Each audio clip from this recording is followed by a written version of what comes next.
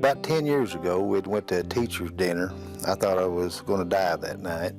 Come in, and my heart jumped out of rhythm. We went to the hospital. Told me that I had AFib.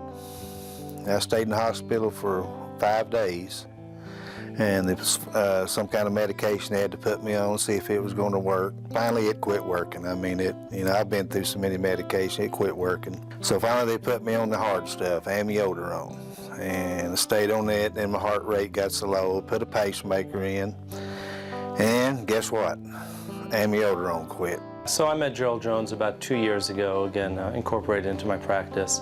He was initially diagnosed with atrial fibrillation. In 2004, he got a pacemaker and continued on his amiodarone.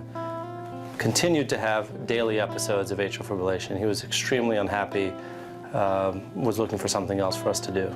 You could tell when he walked in the door if he was feeling good or not, because if his heart was out, he just didn't want to do anything or say anything. He got real quiet. I usually try to walk 2 miles every day, and there for a while I got where I couldn't even walk because it'd get out of rhythm and make me choke up in the chest because it was beating so fast. At that point, in a gentleman like Mr. Jones, the real recommendation is to undergo an atrial fibrillation ablation. These are people with normal hearts, normal left atrium, no significant valvular disease, who have failed antiarrhythmic drugs. I mean, he's really a poster child for atrial fibrillation ablation.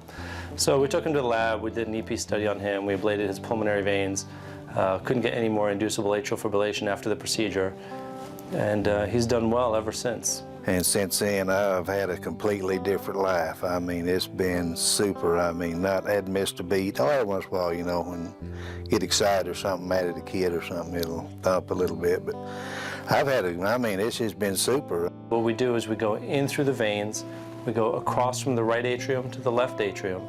In the left atrium, we isolate each of the 4 pulmonary veins. They can be done together in groups of 2 or individually. Once they have their procedure, they can expect to wake up, have lunch, go home the next day. As soon as I got over the surgery, I mean, in a week, I mean, you just tell the difference. I mean, there wasn't no thumping. One of the things that's nice about Mr. Jones is the fact that he has a pacemaker. The presence of a pacemaker allows recording of all of his atrial fibrillation. So when he showed up at his 6-month follow-up, it was clear that we had done something good for him, because on the day of his ablation, he had had atrial fibrillation daily for the week prior. And we could see that he didn't have one single episode of atrial fibrillation, not one, from the time he had his ablation. It has definitely changed him. He doesn't have to worry about it going out of rhythm when we were trying to enjoy ourselves or go somewhere. Plus, he feels good. Right. He feels good. My heart would go in and out for about 8 hours. It'd be out of rhythm, and I just couldn't do nothing. That's a week, but now, I mean, I can do anything I want to do that an old man can do, you know. He can get after it.